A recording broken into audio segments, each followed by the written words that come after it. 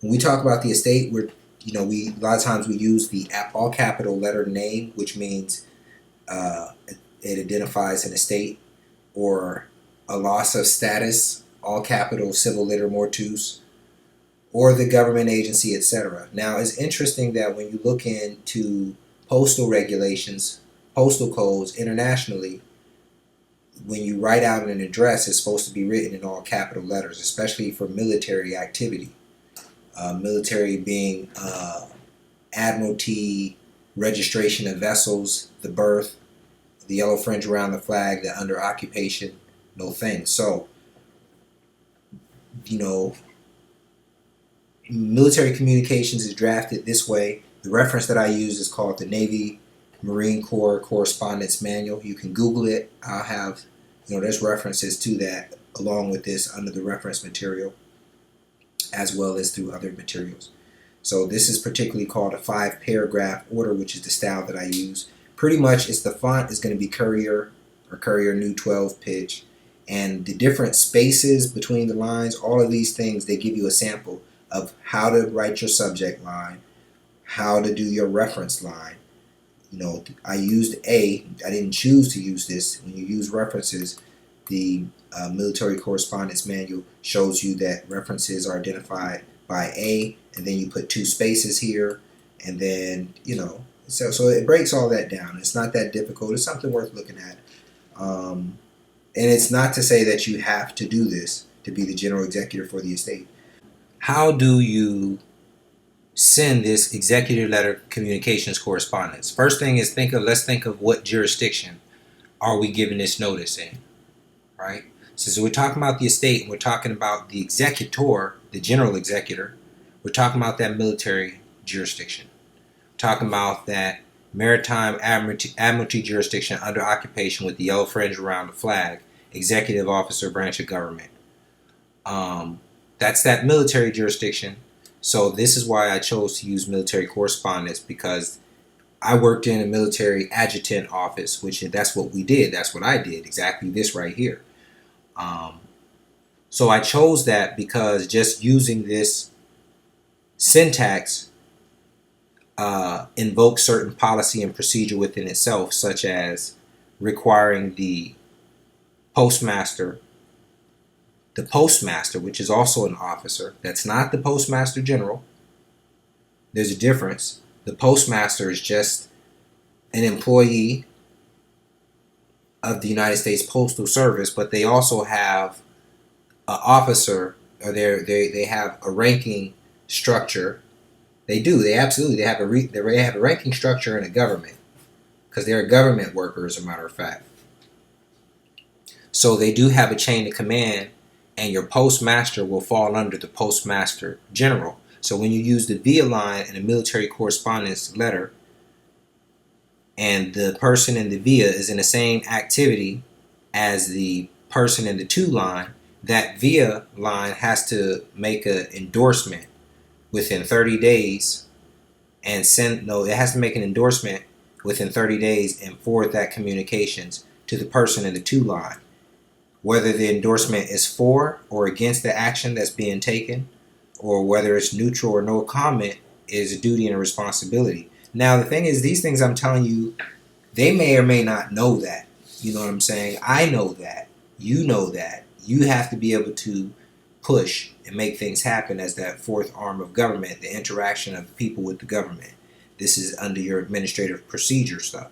This is another reason why I was saying that when I make this even stronger under the administration, I want to make sure that they know that this notice and this record has to be kept in accordance with Part 293, Title 5, the Code of Federal Regulations. Meaning this is not just something you could throw away. This is now an official record, because as the first office of government, the office of the post office, they are keeping records of locations and addresses and the administration of the state. As we see, things are in all capital letters. They're addressing names and things in all capital letters. So, and they're routing things with 9-digit routing codes to various parcels of the estate. So we want them to know that under your administration, which is how these matters are supposed to be governed, you have the privacy, the Code of Federal Regulations. I got to go research that, make sure that's correct, because it's a while since I looked at that. But you want them to know that this is an important record. It has to be kept in a certain way. And then you also can put things in there under the Privacy Act, perhaps demonstrating that you are entitled to have correct and not error or erroneous information reported about your person. And all you're doing is from authoritative position as the executor, and you have the evidence to prove it. This is why you do your will and testament first, because this executor letter, upon delivery, is going to be a self-evidencing document. So when you're saying, when someone's saying, well, how is it evidence that he's the executor? You have the standing proof, the last will and testament deposited with a different executive officer in that courthouse. That's the receipt and things that they're going to give you after you record the last will and testament. So now here's where the real challenge comes in. This is, now I use the registered mail number here because it has, well, you know, I've heard the thing 13 numbers, 13 original colonies under the Republic, etc. But we know that registered mail number consequently is a private instrument number. It's a tracking number, it's a tracer, it's so many different things. So I use the registered mail number here. Essentially, when I did this, I bonded the registered mail number to the back of this bond paper, because I did this on 100% cotton bond, as did I do the Postmaster General advance copy, the copy to the Universal Postal Union, the copy to the Ohio Governor, and the official file copy. So these ones will all get sent. Only the official file copy would be the one that is retained in my possession. And the official file copy is the one that the postmaster or some responsible officer at that activity who accepts delivery for this letter, they would have to stamp my copy as received, or they'll have to give me some type of receipt acknowledging this registered mail number that I had attached to this. Now, I'm saying that's the way that I did it the first time because it caused a problem. So what I'm saying is I walked in as an open letter with the registered mail attached to it. Where did I take it? I took it where you have to take it. You either mail it here or you take it here. And don't be confused. It's from the general executor. It's to the postmaster, right? But it's your responsibility to deliver it to this person, the original, right? Actually, all of these should be original signatures. All of them, do them all on bond paper, because there should be no other copies outside of these right here. You have an official file copy when you're done with this. That official file copy, you can use it for official business, maybe behind your UCC or whatever you're doing, but there should be no other copies other than these copies right here. So it's okay to do them all on original bond paper and including your official file copy. But when you take this original, or when your agent takes it in transit to be delivered to the postmaster, it has to be done, and the receipts are the evidence of delivery. You need some type of evidence of the delivery that must be attached to your official file copy. Or maybe you can get into a stamped official file copy. Now, remember what we were talking about earlier. We were talking about somewhere, I know we were talking about under the UPU, or the United States of North America, being under the present Moroccan Empire or the Kingdom of Morocco, or some other indigenous land other than the United States, prior to the United States, however you set it up, whatever your domicile of origin from which your post or from which your mail transits, under the UPU, the Universal Postal Union Treaty, Article 4, for my domicile of origin into the United States, which is all in the one postal territory, I'm entitled to free transit. So basically what I'm trying to say, I just made it longer than I had to say. If I'm not using the services of the USPS, then they still have the responsibility to perform their government obligations, which are customary obligations, treaty-based obligations, federal obligations as relates to mail, the basic service to the people. And you can find this in the Postal Reorganization Act.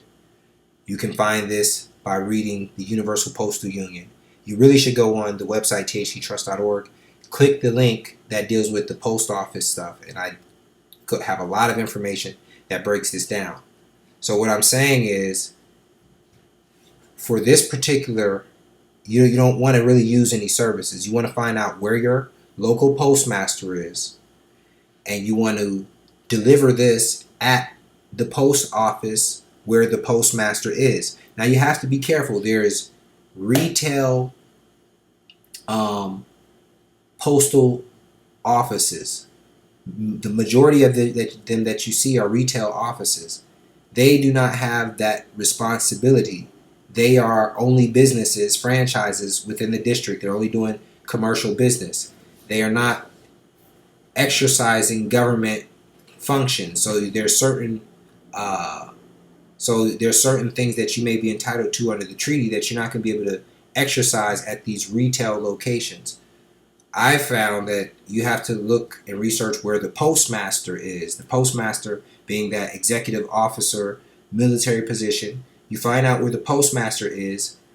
That should be a post office, not a USPS service center or anything like that. It'd be a post office, and the clue is the zip code should be 9 digits, and the last 4 digits should be -9998, which means there's a postmaster there.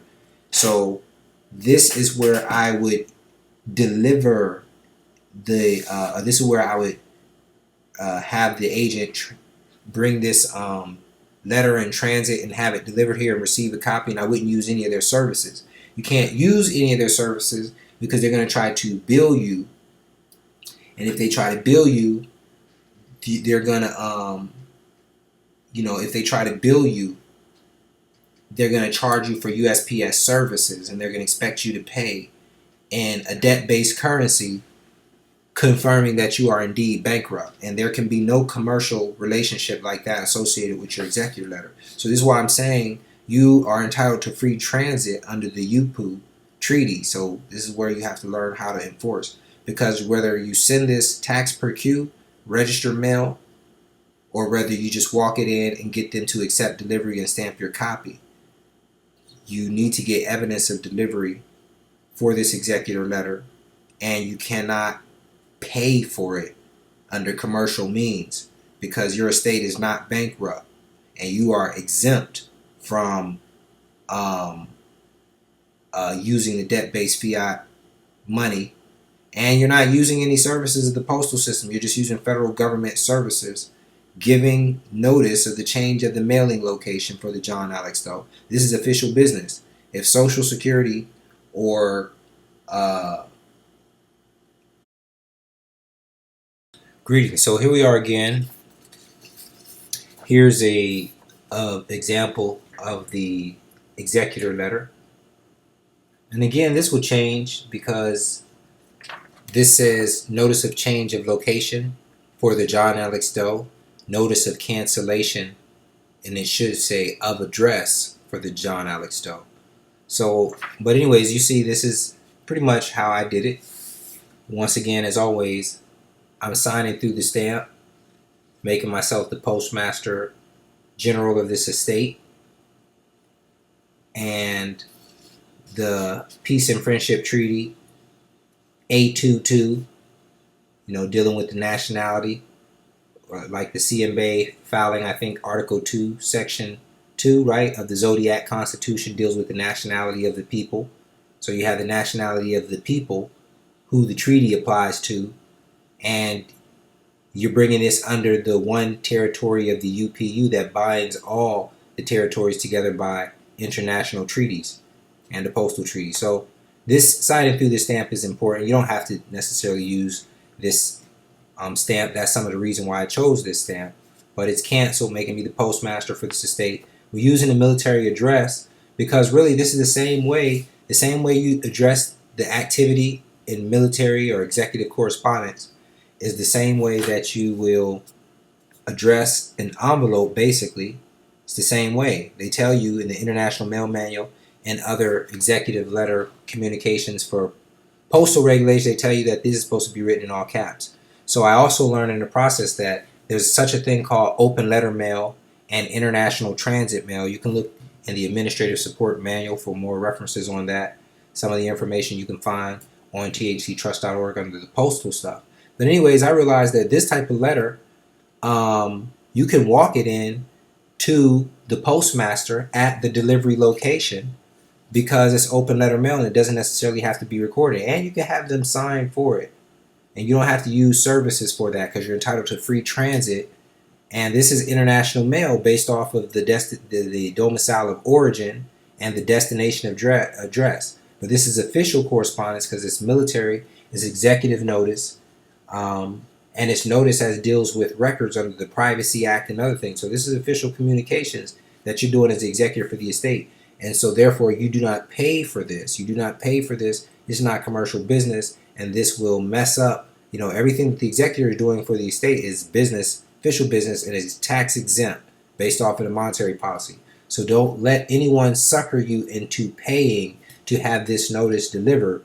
But the trick is, where it's going to be a little bit difficult for some people, is you do have to get evidence of the delivery. Whether you send it registered mail with the registered mail number, and then you take the receipt copy or the green card that you get back. But then if you do that, you have to send it under tax per Q or tax exempt. You can't let them charge you for services. And it's not really send it. You have to use that as the postmarking and ensure that they entitle you to free transit and delivery, and don't let them charge you for services that you're not using. You may have to really push that issue with your post office. I've got tax per Q, tax exempt prepaid mail done before, and as of more recently, I'm having a more difficult time, which I'll talk more about that later. So you have that. I like to use the thumbprint. This is my official file copy. I like to do the same thing, sign through, stamp, close out the document on the back. Now, originally, I walked this in for delivery to the postmaster because it's addressed to the postmaster. And really, it's addressed to the postmaster general, but it goes via the postmaster. That means the postmaster is supposed to get the original, and then they forward it up to the postmaster general. It's not really your responsibility or duty because many of them probably won't know what this is, but by reading it, they will figure it out. The problem that you're going to have is them being liable for accepting the mail. This is 100% their obligation, just like it is if you bought any other mail addressed to the postmaster and you bought it to the delivery facility, the mailing location address for the postmaster of that facility. Anybody would be required to sign and accept delivery for that mail, and they wouldn't be able to charge you a service for it. But because we're dealing with a time where people are just completely robots, they don't understand their own policies that deal with their job, they don't understand the laws, the procedures, nor how to escalate, many of you are going to be met with mad resistance. The thing is, no matter how you do it, whether you walk it in there, get them to stamp your copy, they have to acknowledge the receipt and the delivery of this. You may want to make your own receipt. That's something else that I did. I made my own receipt so you can deliver them this registered item. You may use a different item. You may do it certified mail. You may mail it. But the thing is, you can't pay for services for this because you're entitled to free transit, and this is international, based off of your domicile of origin, and it's based off of the business that you're doing. It's official business, and it's to be treated as postage prepaid based off of various treaties. Anyways, so this was actually, though, my official file copy. I was going to take this official file copy, and along with the green card that I got back and the registered mail information, I was going to attach this to this, and this would have also went along with my official records, such as the true copy of the testator's last will and testament, the memorandum of trust, and the other things. So the original was in here, right? Now I had this all addressed. This was addressed appropriately as international transit mail, based off of the domicile of origin that's not necessarily restricted to a geographical location. Then I had the postmarking for international transit mail, which is a postmarking only to let the post office know how to treat this mail as far as the class of service that it's entitled to, which this particular postmarking was demonstrating to them that this piece of international transit mail is to be treated as tax exempt. Furthermore, irregardless of the postmarking, one of the discussions I had to tell them is, what services are you attempting to charge me for? Because I am a carrier and I'm delivering this mail, and you're required to accept it under your treaty-based obligations and customary obligations, and you can't charge for the services. They said, well, you had to already, was the postmarkings already paid for in a jurisdiction of origin? And I said, of course, yes, it is. As you can see, there's a stamp right here, and that stamp is canceled out. And it's not only canceled out because they stamped it at the destination post office for the postmaster, but you can also see that this stamp was also canceled by the postmaster for the estate, because postage was paid and it was in transit and it's just delivered at the destination. There's no further services to be paid for. So nonetheless, there is some resistance about them not wanting to be liable for accepting mail addressed to the postmaster. So I asked for the postmaster numerous times. I have not been able to set up a meeting or see the postmaster face to face. But when I do, I'm pretty sure that the postmaster is not going to violate Title 18, obstruction of transit of mail, nor is the postmaster going to avoid her official duties by avoiding the receipt and signing the receipt of the delivery of mail. You can't charge services. You can't force me into commercial business with you. That would be fraud. So, but I don't want to go into that whole story. I just want you to understand that you may be met with some resistance. It's, so there are some places, other organizations that you can go to, and they can get your instruments mailed out tax per queue. So maybe you're not going to be able to take it to the delivery destination. You may not going to be able to transit it right there. You may have to hand it over tax per queue at another entry point into the jurisdiction where someone is within honor. So basically I'm saying you can take it to someone else, have them send the parcel tax per queue, give you your receipts and everything, so you can attach them to your official file copy of your executor letter. So now you can finish this part off as far as correcting your status. And again, you can always walk it in there and get it stamped. There's so many different ways that you can get this done, but at the end of the day, send it via some officer in the post office to the highest officer, which would be the postmaster general. Make them responsible for it, and then there you go. All right, man. So we're getting through this master file. I hope you enjoyed it.